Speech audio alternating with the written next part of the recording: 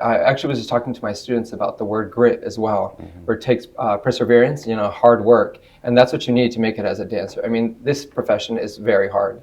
You're not always going to make the most money, but I feel like if you love something, then you'll be successful at it because you're just going to put all of your energy into that. And so I think that's why I got where I was, because I just loved what I did.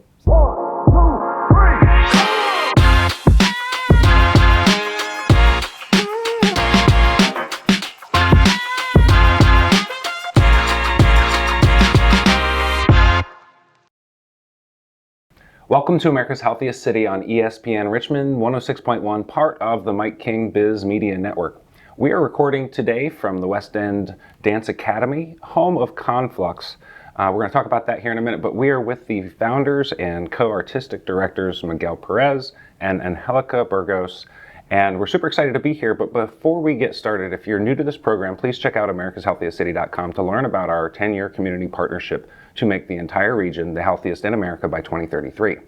We have to do it together if we're going to succeed. It requires academic institutions, nonprofits, for-profits, and government agencies, and so we're inviting those folks to come to the table and be ambassadors, but we welcome everybody to check out the ideas board, submit your ideas, leave comments on other ideas, and we can come together to make this a reality. So without further ado, Miguel and Angelica, welcome to the show. Thank you very much. Thanks for joining us.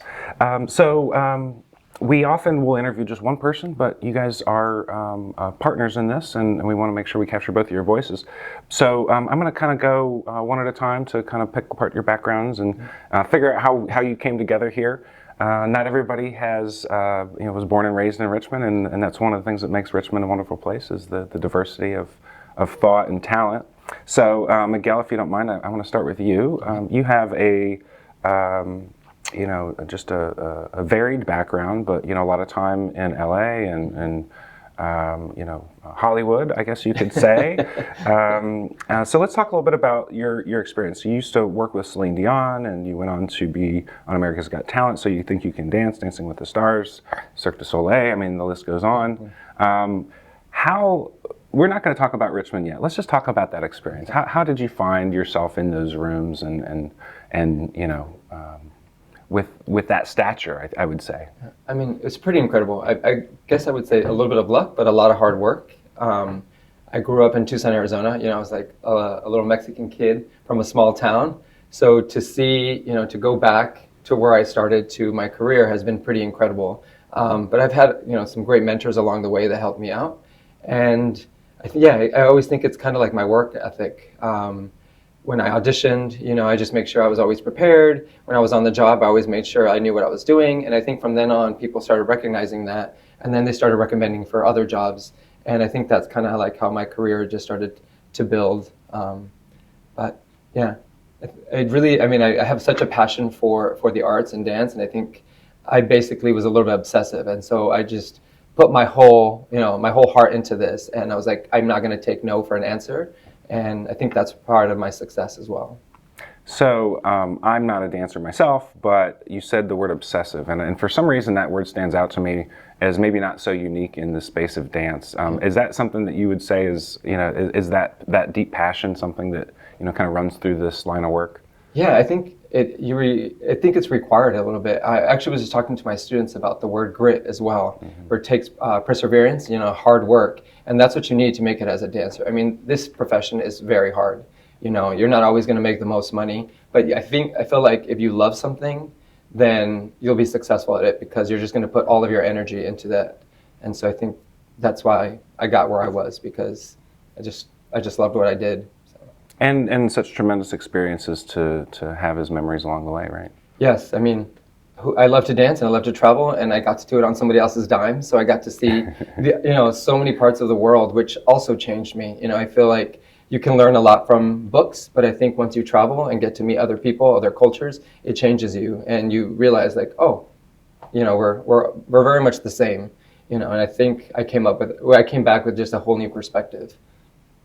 And so we'll get a little bit of your background as well, Angelica. So you pursued a master's degree and you've worked for dance companies all over the United States. You've been all over the United States, and you have a background in Broadway, so a little bit a different side of the business. Still very much the same, I imagine. Tell us a little bit about your experience and kind of growing up in the world of dance. Yeah, well, I'm half Dominican and Armenian, born in Armenia, and moved to New York once my family moved to the States. And like as you mentioned, went on to have a really wonderful career with different ballet companies, and ended up on Broadway, and then pursued my education and got a master's degree. So it all sort of always evolved for me, just continuing from one company, one opportunity, one experience to the next, and to grow as an artist was my passion.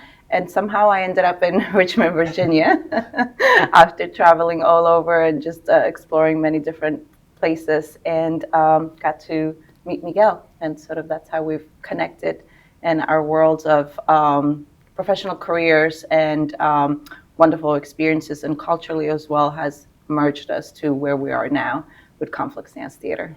So kind of before we get into the Richmond discussion, I wanted to just kind of draw on each of your experiences. Was there any one particular job or role or experience that you had that you say, this was the thing that really kind of brought me to where I am today, or that is really influencing the work that I'm doing today?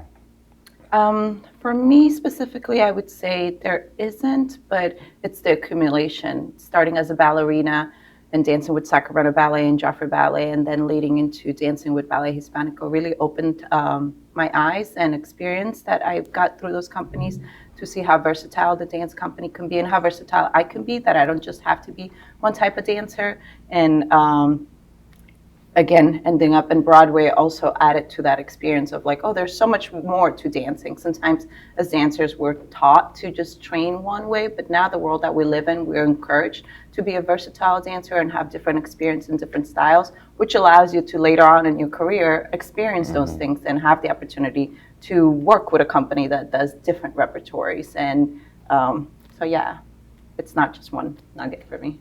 I think for me, one thing that stands out is probably like my first job. I think moving to Chicago, I got a job as a dancer for River North Chicago Dance Company. And I think before I was dancing, I think just, again, like I was saying, just for my passion, but then the fact that I actually got a job and I can get paid to do what I love, I think that kind of changed the way I thought about everything, and ever since that, I feel like, it just motivated me to just to work harder and just keep pursuing more things. Yeah. Well, mastery is a driver for, I think, a lot of excellent professionals, and it sounds like the both of you carry that quality. So let's talk a little bit about what brought you to Richmond. Each of you guys met here in Richmond, so you both have different stories.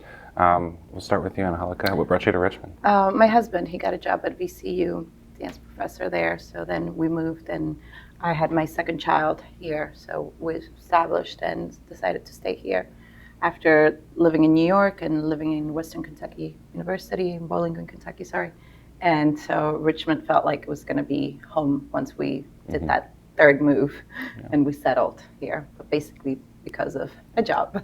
And if you're not traveling on Thanksgiving, you can get to New York in 6 hours. So. Absolutely, absolutely. We used to travel 14 hours to get to New York, so now it's a lot better. And your story? And for me as well, my partner was the reason I moved down. We were doing long distance for about 1.5 years, and I visited Richmond a few times, and I just love the vibrancy of the city. I love the arts. I felt like it was very well-rounded, and people attended shows. I feel like it was just a great community to be in. And I was like, okay, I feel like if I move here, because I was also thinking about retiring. I was living in Las Vegas at the time and doing shows on the Strip. And I was like, okay, I feel like I'm ready for that.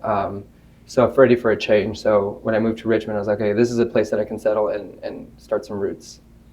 So how long have each of you been here? I don't know that I gleaned that detail. 8 years, okay. Yeah, 6 years. Okay, so I moved here in 2017, so pretty similar time frame. And we've interviewed people that are born and raised here, so that is often the case. But tell us a little bit about what you think. What keeps you in Richmond? What are some of the favorite things that draw you to love this city? I think for us, specifically for our family, we feel safe here, and we feel that we're part of a community that is growing and is diverse, which is really important for my family. My husband's Puerto Rican, and so diversity is important for us. Coming from New York, from such a big city where there's influential by so many cultures, we felt like finally Richmond had that space that allow us to feel at home. Yeah. I think it's a foodie city, which I love food. I think pretty much we have great weather overall. I love all the seasons. I come from living in the desert, so I just saw brown.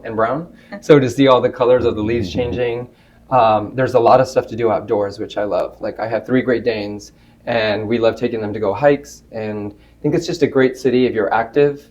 You have, again, there's an arts community here. And for both of us, we feel like we can actually, be employed in good institutions, whether it's our universities, whether it's the studio that we work at. It's a beautiful space.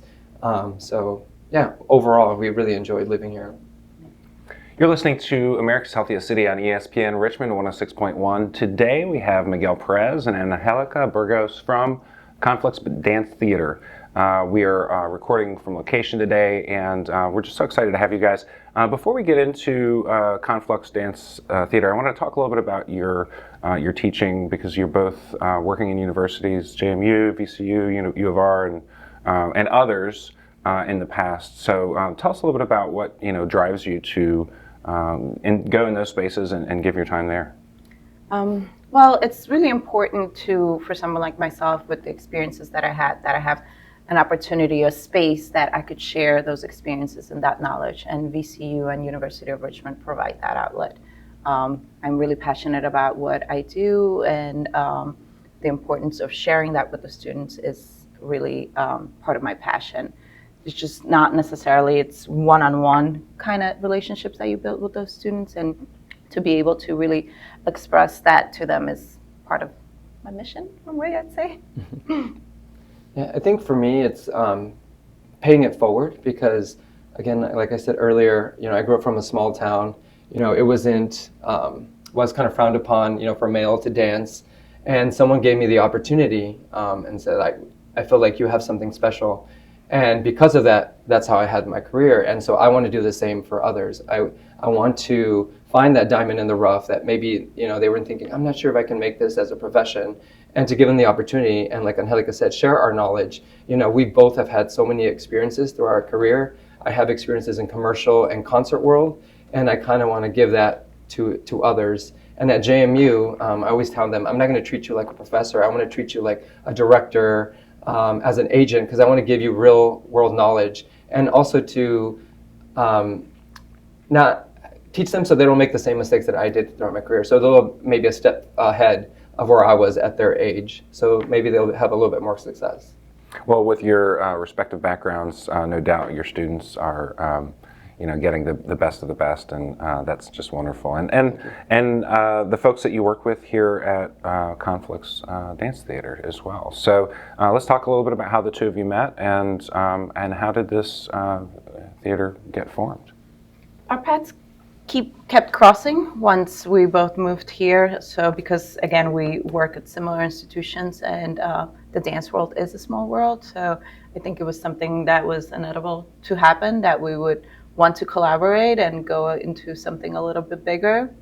And we both were doing things on the side that contributed to essentially what the mission of Conflux is. So we felt, why not join and merge and become even stronger? And also, it was important for us to create a space, a company that had 2 perspectives, which is not necessarily typical for a dance company. So it all made sense, I would say. Yeah, I think moving to Richmond, I think we felt like there was a void, especially our background that we had. I mean, there's some amazing companies here in town, but there wasn't kind of a contemporary ballet company.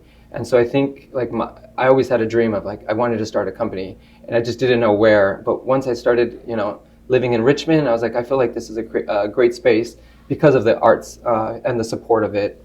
And so we came together. I think people were talking to us differently about, maybe you should start a company, maybe you should do something. And then we were like, how about let's do something together? And then we also wanted to do something a little bit different, the way companies are run.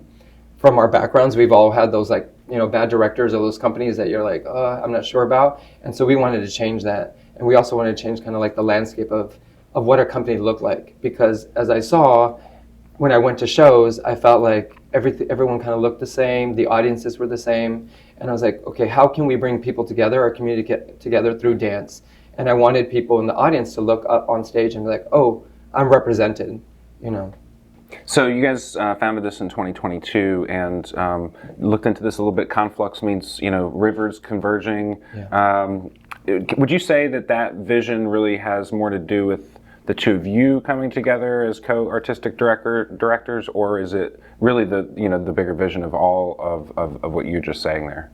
I think it's the bigger vision. I think essentially it was we came together, but now it's really it's the bigger vision. It's the vision of not only having recently graduated, let's say, dancers, students who want to pursue dance, but also former dancers, creating a space that is inclusive to all types of people that are interested in dancing. Dance essentially is a very limited career, and there's always a door that closes on you starting somewhere around 25, 30. And we really wanted to create a space that is invited for all. And so whether we have dance students from VCU, whether we have former retired Richmond ballet dancers or former dancers who, due to COVID, their career got short. And so it's a space that welcomes many types of people from different backgrounds from our community and allows us to merge. Yeah. And like you were saying, when we first started coming up with the name Complex, it does mean two rivers merging as one, but it's also like an assemblage of people as well. And that's what we wanted, to bring all of these people together, touching upon what Angelica said. Some of our dancers, they hadn't performed in 11 years. We have like 6 or 7 mothers in our company, and we create this space where they can bring their children into the studio and we just dance around them. And that's kind of unheard of in dance companies. Once you get pregnant, they look at you and you're like, okay, she's done, and different opportunities we give to other people. We have students right now who are our apprentices with the company, and that's great because, again, you give them some sort of knowledge and experience to see what it's like to be in a company. And we want to collaborate with other artists around town. It's really about our community that we want to show, and to represent with our company. So you have 12 performers in the company. You guys do free lessons for folks in the community on Sundays. You guys, put together productions and host events for the community. Tell us a little bit about the different ways that you engage the community, and maybe allude to, in the short time that you guys have been doing this, some of the impacts that you've seen from, that confluence. Yeah. As it's great that you say in a short time, because it truly is in a short time. It's only been a year that we just recently celebrated, and we came up with so many things that this company is really moving. We have an official board, we have a website, little things that may seem little, but to do all of that within a year is a lot. And also, we did a show in May that was sold out. Now we're doing our second production. We recently performed at the Cedar Field and joined the community there. So we slowly are moving faster and faster as much as we can. But with that said, our typical schedule is very non-traditional as other companies would be. We do not work 5 days a week. We only work on Sundays with the entire company, and maybe once or twice during the week. So we have a very limited time with everyone else because everybody has full-time jobs or part-time jobs, or they're students. So the process that we've been moving to is rapid with the little amount of time that we've had. Yeah. And like you were saying, we offer those classes on Sunday, and we have a wide variety of people that come, people who've never danced to, again, former dancers. We create this space that's safe. We open it up to anyone who wants to come, and it is for free. We have events coming up that we're doing, like nursing homes, for women's clubs, different things like that. And that's our goal. We're partnering with different artists for this show coming up as well. And, we have big dreams of going into schools, especially schools where dance isn't accessible, and just to promote, again, the art form. And so with all of that, since we're so new, again, we have our big dreams, and we're hoping that we can do that in the next few years. You're listening to America's Healthiest City on ESPN Richmond 106.1, part of the Mike King Biz Media Network. Today we are talking to Angelica Burgos and Miguel Perez from Conflux Dance Theater, and we're talking about the impact of performing arts on the community and the importance of opening up space to people who might not have that opportunity. So I want to talk a little bit about your production coming up on December 16th. Tell us the name of that and what can folks expect for that show. The production is December 16th. We have two shows, 1 p.m. and a 7 p.m. at the Gray Street Theater. And the title of the show is Convergence. And again, we felt really strongly about how we are growing and becoming a stronger company with our community. So that's what the title represents.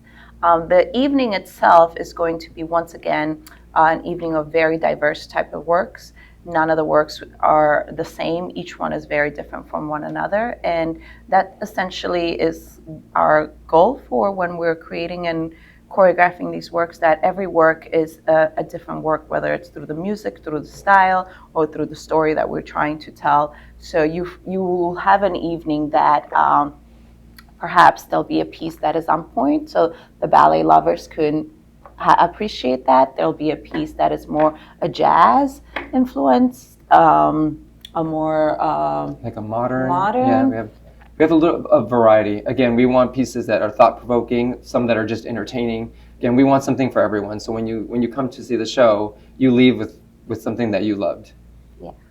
So I'm sitting here reflecting. You're talking about a performance, and I'm reflecting on 2012 when I had the opportunity to dance in Dancing with the Williamsburg Stars, and I was just thinking about the amount of practice that I did to perform a 2-minute choreographed dance. I went 24 different Saturdays to a dance studio and work with my choreographer, my dance partner, and it was rewarding and challenging and then it was all over in 2 minutes up on stage. And so, I've got a tremendous amount of respect for what you're doing, and I'm hopeful that I can make it to the show.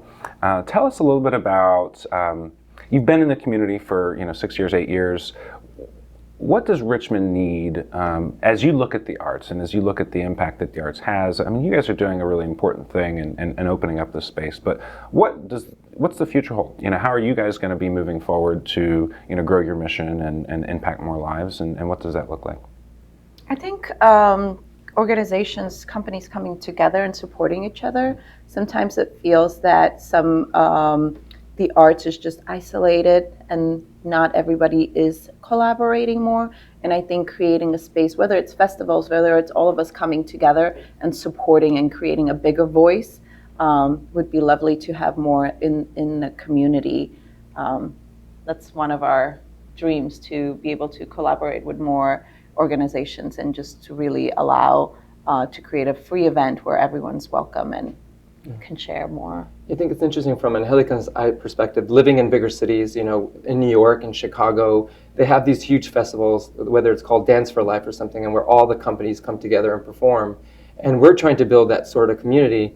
We're promoting other dance companies, we're doing that, and sometimes people get a little off guard. They're like, oh, you're promoting us? And like, yes, because we feel like the arts can only survive if we all do it together. We learned from COVID how quickly that can go away. Right? And I feel like nowadays you can't do anything alone, so you need that support system. So I think Richmond will always need more support. We will always need more funding to support local artists, and that's our mission as well. If we can bring in more people together, and maybe someone can see a singer that they didn't know was in town, a poet, an artist, and through that, then it can, make bigger audiences, push, to see more art out there. Yeah, I think. I wonder that there are probably people out there in the community that haven't thought one iota about dance, and those folks might be part of that group of people that you can bring to the table. What would you say to somebody who maybe hasn't considered dance as a form of entertainment to consume, to invite them into this world? I think dance is so much more than the first visual perspective that you get, the physicality. As you said, I mean, we could look at this incredible bottle, and there's so much more to it than just a bottle, right? There's an art, there's a graphic. So there's so many other ways that when, for example, coming to our show, that a piece would reflect. So whether it's through the costumes designs, whether it's through the specifically chosen music, there are many elements that you can be drawn to that can be appreciated. If you're not necessarily particularly a move person, a dance, there's a lot more to it that goes into that you can appreciate. Yeah, and I go back to kind of the COVID times, because you realize when people couldn't work or do anything, I feel like a lot of people turned to art, whether they were painting, where they were drawing, where they were baking, they were doing all of these things, and this sort of escapism, right? So I feel people need that. People, we're going through so much stress. There's so much mental health happening in the world right now that if we can create a space for an hour and a half, people come and they forget. Their troubles will be, as soon as they leave the theater, they'll be there. But for that hour and a half, if they just have enjoyment, they can forget about all their issues and just enjoy the beauty of dance, the art form, and lose themselves. I think that's always like a win.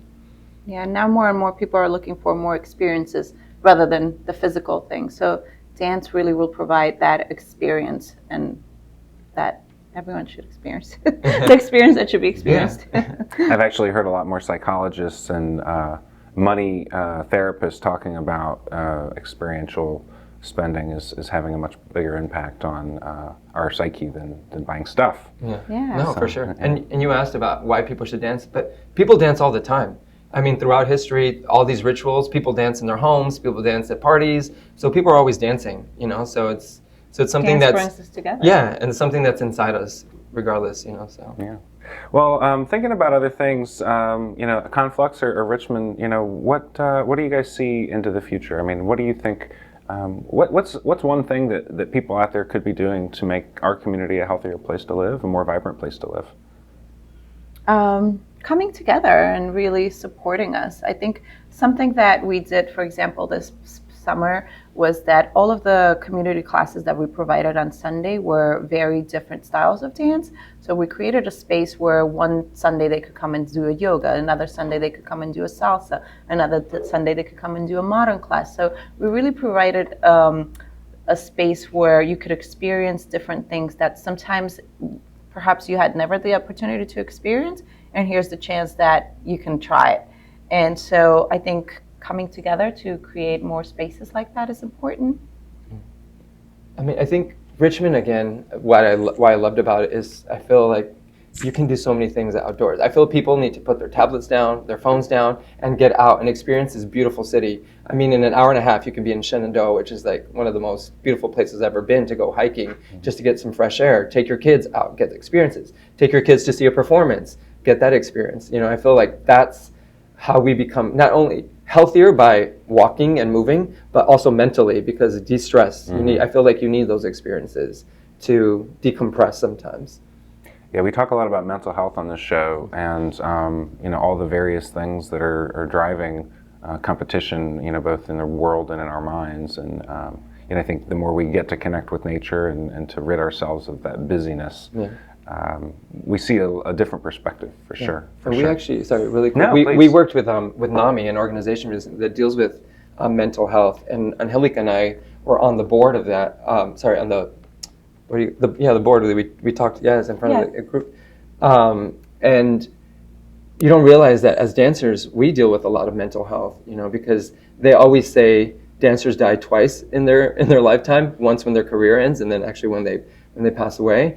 And also when you go through all your struggles, whether it's like how you look, you're always being told you're not doing something correctly, to when like you have a baby and then they tell you, okay, you're done with your career. And so we constantly want to create this safe space, this safe environment that people feel comfortable. That's why we want to run things differently. We want to create this positive environment that changes that, Well, one of the things that we ask folks who come on this show, so that we get to continue to inspire Richmonders and the entire region to pursue this mission, who else in the community would you look to for us to interview to glean some knowledge and insights?